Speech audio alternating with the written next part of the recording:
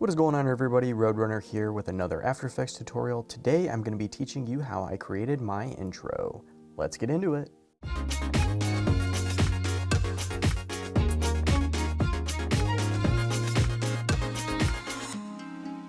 So I do want to give you a heads up, I will not go super in-depth to every single element of my intro because this intro did take me some time. However, I will give you the absolute crash course to three-dimensional text. All right, I have After Effects open up on my screen, so the first thing I'm gonna do is go to New Composition. I'm gonna title this one 3D Text. The first thing I'm gonna do is create the grid floor. So we're gonna right-click, go New, and Solid. And we're gonna type in Floor, and black is great, hit OK. Then I'm gonna come down here and I'm going to duplicate it. And I'm going to label the top one Grid. And I'm going to go over to my effects and presets and I'm going to type in grid. It should be under the generate and I'm going to drop that right on there. I'm going to change the color to be a nice green and I'm going to hit OK. Then I'm going to come up here to the size form and instead of corner pin, I'm actually going to do width and height sliders. And you notice there are a lot more of them and you can go ahead and play around with this and you can change them. You'll notice as the bigger the number, the bigger the blocks are. If I change the height, you'll notice it does the same thing. So I'm going to change these both to be about 50. Awesome. And then I'm going to come over to my effects and presets and I'm going to type in glow. And I think the default settings for this are pretty good. You'll see it has a nice glow here. But you can go ahead and, change these numbers if you want to, if you want the glow to be, more intense or not as intense. You can always mess around with these settings. Glow effect is such an amazing effect. So now what we're going to do is we're going to select these and we're going to hit Command Shift and C to pre-compose them. And we're going to type in floor. And I'm going to change the color of this one just so I have a better idea of what it is. I'm going to check the 3D box, come over here, click R, and I'm going to rotate the X to be -90. And then I'm going to hit P on my keyboard and you'll notice there are now 3 values since I checked the 3D box. There's the X, the Y, and the Z. We're going to go ahead and bring the Y value down until the composition meets the bottom of our screen here. Then I'm going to hit S on my keyboard and I'm going to scale this way up and hit P again, and we can actually push this back into Z space if we want. There we go. Now this may look a little bit odd, and if you're noticing that it looks a little bit pixelated, it's because I have mine set to quarter quality to save on render time, but if you look at it in full quality, it looks pretty cool. So what we're actually going to do is click the eyeball so we don't see it for now, and we're going to focus on our text. I'm going to come up to my type tool here. I'm going to double click and this will bring up a text box in the middle of the screen. I'm going to type in Roadrunner and hit enter. And now is where the fun begins. We're going to also check the 3D box for this one and we're going to toggle this down. And if for whatever reason one of these is grayed out, it's because you do not have your render set to Cinema 4D. So if I go back, for example, and go to Classic 3D, you'll notice my geometry options is not there and it will actually give me the option to change render. So you do have to have this in Cinema 4D in order for extruding text to work. And I do plan on going into a more in-depth tutorial in the future on the different renderers, Classic 3D and Cinema 4D in the future, so be on the lookout for that. So we're going to come down here to geometry options and we're going to add an extrusion depth of, I would say 100 is good. And you're probably wondering, what the heck, I can't see anything, all of the fill just covered stuff up. And that's because we have to set up a light in order to get some shadows. So we're going to right click, go new and light. And by default, it does come up with spotlight. You can definitely try out these different types of light, but for now I'm just going to keep it at spotlight. I'm going to hit OK. And now you'll notice that you can see the text a little bit better, but however this side and this side are black because the light isn't far enough away. So we're actually going to come over here to our light. We're going to hit P and we're going to go over to the Z position and we're going to change this. And there you go. Now you can actually see the shadows of the text. So another thing that I definitely like to do is add a bevel to this, and I think, you definitely play with angular, concave, and convex. They all look pretty cool.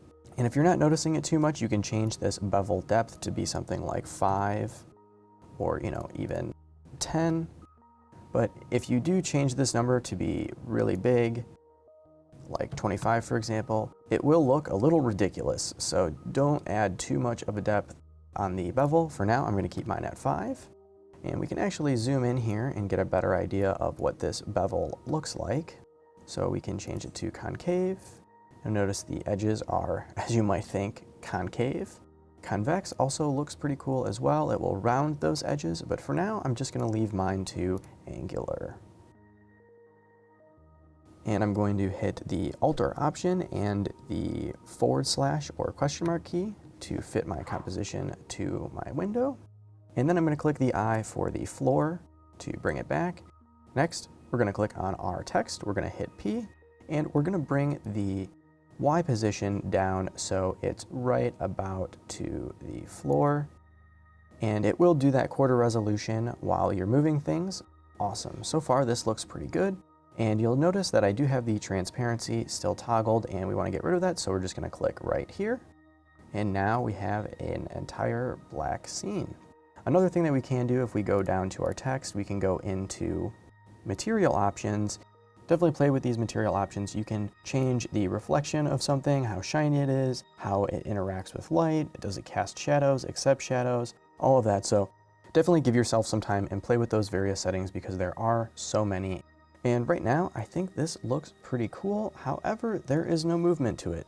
And that is really easy to do. We're gonna right click, we're gonna go new and camera. And you can play with the different types of presets for cameras, but for this example, I'm just gonna go ahead and hit OK. And I'm going to click on the camera and I'm going to hit P to bring up my position.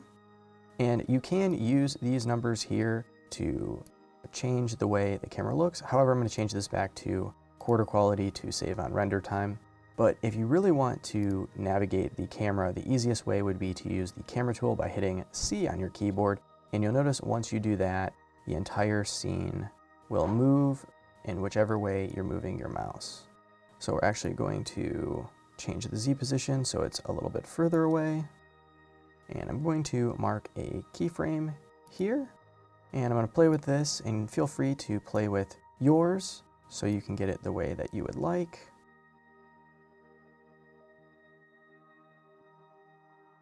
Awesome. And we're going to go about 5 seconds in.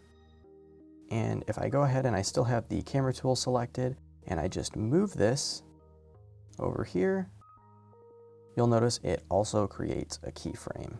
So one thing you may notice right now is that you can see where the floor ends, and we do not want that. So we're going to go down to our floor.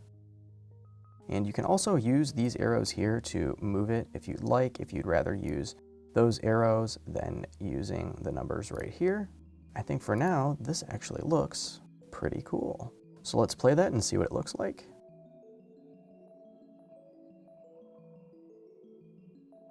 So I do think that looks pretty cool. However, you'll notice right in the middle here, I do think it gets a little too close to the text. So what I can do is I can go to where I'd like to make the change, and I can again change these values. So I'm going to change the Z position to be a little bit further away from the text, and that will actually change everything from here to here and here to here. So you will have to re-render this whole thing again. So that's why I'd say definitely take some time to play with the camera tool. And before we finish up today's tutorial, feel free to hit the subscribe button and the little bell icon to get notified when I post new content. Also, check out my gear list in the description. Thanks so much. If you're going from creating 2-dimensional motion graphics to 3-dimensional motion graphics, I know this was something that I definitely struggled with, was constantly having to make very slight changes and then being frustrated that I would have to re-render the whole thing. And it does take a little bit longer to render 3-dimensional compositions over just a 2-dimensional motion graphic. So do keep that in mind, and let's see what this one looks like.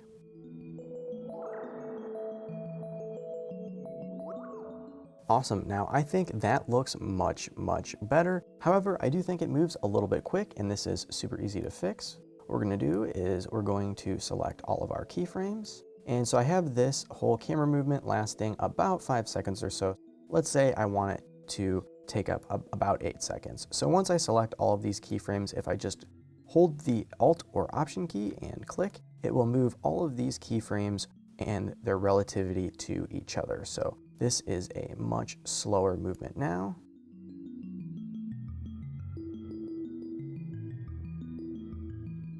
Awesome, and I think that looks pretty great. Thank you so much everyone for joining me for another After Effects tutorial. Feel free to subscribe to my channel and comment down below what you'd like to see in future videos. Also check out my gear list in the description. Thanks so much, take it easy.